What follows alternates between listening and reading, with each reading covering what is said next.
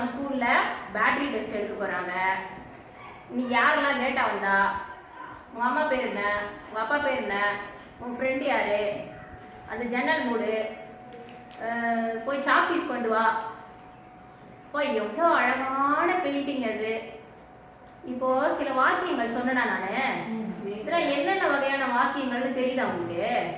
உங்கள் அப்பா பேர் என்ன அப்படின்னு கேட்டேன், அது என்ன வாக்கியம்? கேள்வி வாக்கியம். உங்ககிட்ட நான் கேள்வி கேட்டேன். பேட்டரி டெஸ்ட் எடுக்கிறதுக்கு பிடி சார் வந்திருக்காரு. என்னது அது? செய்தி வாக்கியம். ஒரு தகவல் சொன்னேன் உங்களுக்கு இல்லையா? ஸோ அது ஒரு செய்தி வாக்கியம். இப்போ எவ்வளோ அழகான பெயிண்டிங்ஸ். வியப்பு வாக்கியம். வியந்து சொல்றீங்க, அது வியப்பு வாக்கியம். அதுக்கப்புறம் சாப்பீஸ் கொண்டு வா. ஆர்டர் பண்றவங்கள போய் சாப்பீஸ் கொண்டு வா, போர்டை கிளீன் பண்ணு, அதெல்லாம் வந்து என்னது? ஆணை வாக்கியம். ஆணை கெஞ்சியும் கேட்கலாம், இல்லை ஆர்டர் பண்ற மாதிரியும் கேட்கலாம். இன்னைக்கு நம்ம பார்க்க போறது 4 kinds of sentences. இதுதான் நம்ம இங்கிலீஷ்ல இன்னைக்கு பார்க்க போறோம். என்னென்ன 4 kinds of sentences? Declarative, interrogative, imperative, exclamatory. இதுதான் 4 kinds of sentences. ஒன்னொன்னே நம்ம இப்போ கிளியரா பார்க்கலாம். டிக்ளரேட்டிவ்னா அது ஒரு அசர்ட்டிவ்னு சொல்லுவாங்க, அது ஸ்டேட்மெண்ட். இப்போ mister Donald Trump is the president of America.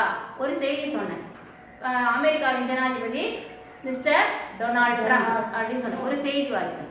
இந்த செய்தி வாக்கியம் முடிஞ்சதுன்னா, நம்ம வாக்கியம் முடிஞ்சதுன்னா எண்ட் ஆஃப் த சென்டென்ஸ் நம்ம ஃபுல் ஸ்டாப் ஆர் பீரியட்னு சொல்லுவோம். இதை நம்ம இந்த சார்ட் பாருங்க, கிளீனா புரியும் உங்களுக்கு. 4 kinds of sentences, 4 வகையான வாக்கியங்கள். Declarative, interrogative, imperative, exclamatory. 4 வகையான வாக்கியங்கள் சொல்லியிருக்கோமா?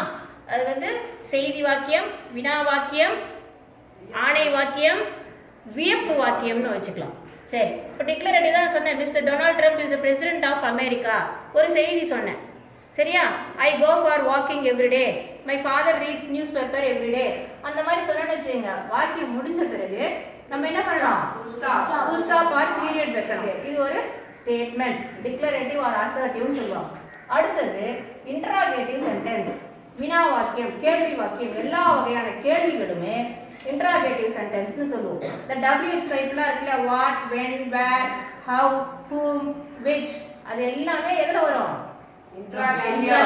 Who are you? Why are you late? What is your father? Who is your friend? Why are you looking sad? Which is your pen?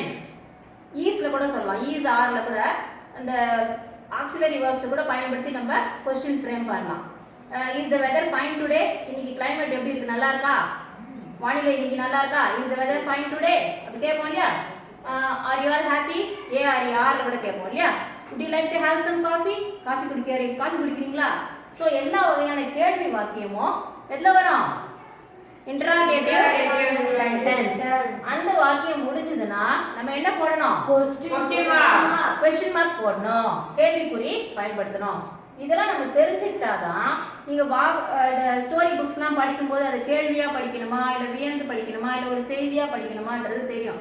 அதுக்காக இந்த punctuation marks ரொம்ப ரொம்ப important. அடுத்தது பாருங்க, imperative sentence, ஆணை வாக்கியம். ஆர்டர் பண்ணுவேன், இல்லை ரெக்வஸ்டாக கூட கேட்பேன் நான்.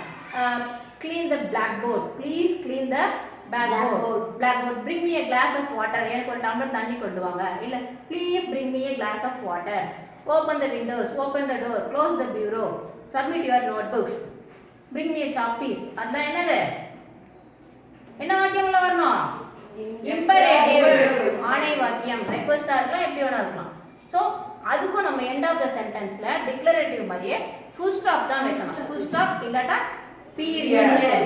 அடுத்தது லாஸ்ட் ஒன், எக்ஸ்கிளமேட்டரி, வியப்பு வாக்கியம். வியந்து சொல்லுவோம். இப்போ ஒரு பெரிய யானை வருதுன்னு வச்சுங்க, what a big elephant it is, how big ears he has, எவ்வளோ பெரிய காது அதுக்கு, what a long trunk he has, அதுக்கு எவ்வளோ பெரிய தும்பிக்கை, what a beautiful building, how beautiful the Taj Mahal is, alas the poor man is dead.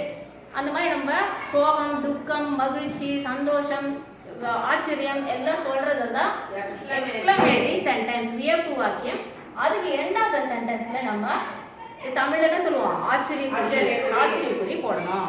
இந்த punctuation மார்க்ஸ்லாம் நீங்க ரொம்ப எளிமையா எடுத்துக்கூடாது, இதெல்லாம் ரொம்ப ரொம்ப முக்கியம். அதுக்கு ஒரு எக்ஸாம்பிள் பாருங்க. இப்போ இங்க பாருங்க, கோர்ட்ல ஒரு ஜட்ஜி சொல்றாருன்னு எடுத்துப்போம், ஹேங் ஹிம், நாட் லீவ், தூக்கிலிடு. இங்கே கமா போட்டிருக்கோம், ஹேங்கிங்னா தூக்கிடு, நாட் லீவ் விட்டு விடாதே அப்படின்னு அர்த்தம். அதே கமாவை நாட்க்கு அப்புறம் போட்டா என்ன ஆகுது? ஹேங்கிங் நாட் லீவ், அவனை தூக்கில் இடாதே, விட்டு விடு, லீவ்னா விட்டு விடுன்னு அர்த்தம். ஒரு சின்ன கமா தான் ஒருத்தனோட உயிரிய போகவும் வைக்கும், குழைக்கவும் வைக்கும் இல்லையா?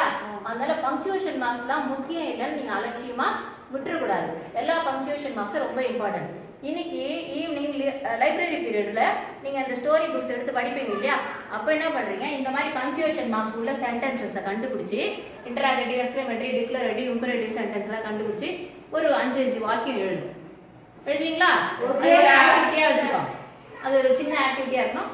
இல்லை இந்த மாதிரி இருந்தால் தான் அது கேள்வியாக படிக்கலாமா இல்லை எக்ஸ்க்ளமேட்டரி வியந்து படிக்கணுமா அப்படின்றது தெரியும்.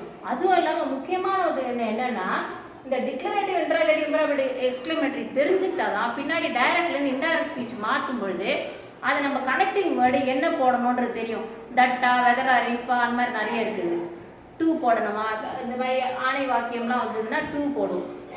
அதனால தான் இதை ஃபஸ்ட்டு நம்ம நல்லா கற்றுக்கணும். சரி, இல்லைன்னா 4 குரூப்ஸாக பிரிச்சுட்டு ஒரு குரூப்பும் ஒன்று எடுத்துக்கோங்க. ஒருத்தர் வந்து அசர்ட்டிவ், ஒருத்தர் இன்டராகேட்டிவ், ஒருத்தர் இம்பரேட்டிவ், ஒருத்தர் எக்ஸ்க்ளமேட்டரி, ஒன்றுலேயும் 5 சென்டென்சஸ். சரியா? இந்த ஆக்டிவிட்டி செய்யலாமா? Thank you children.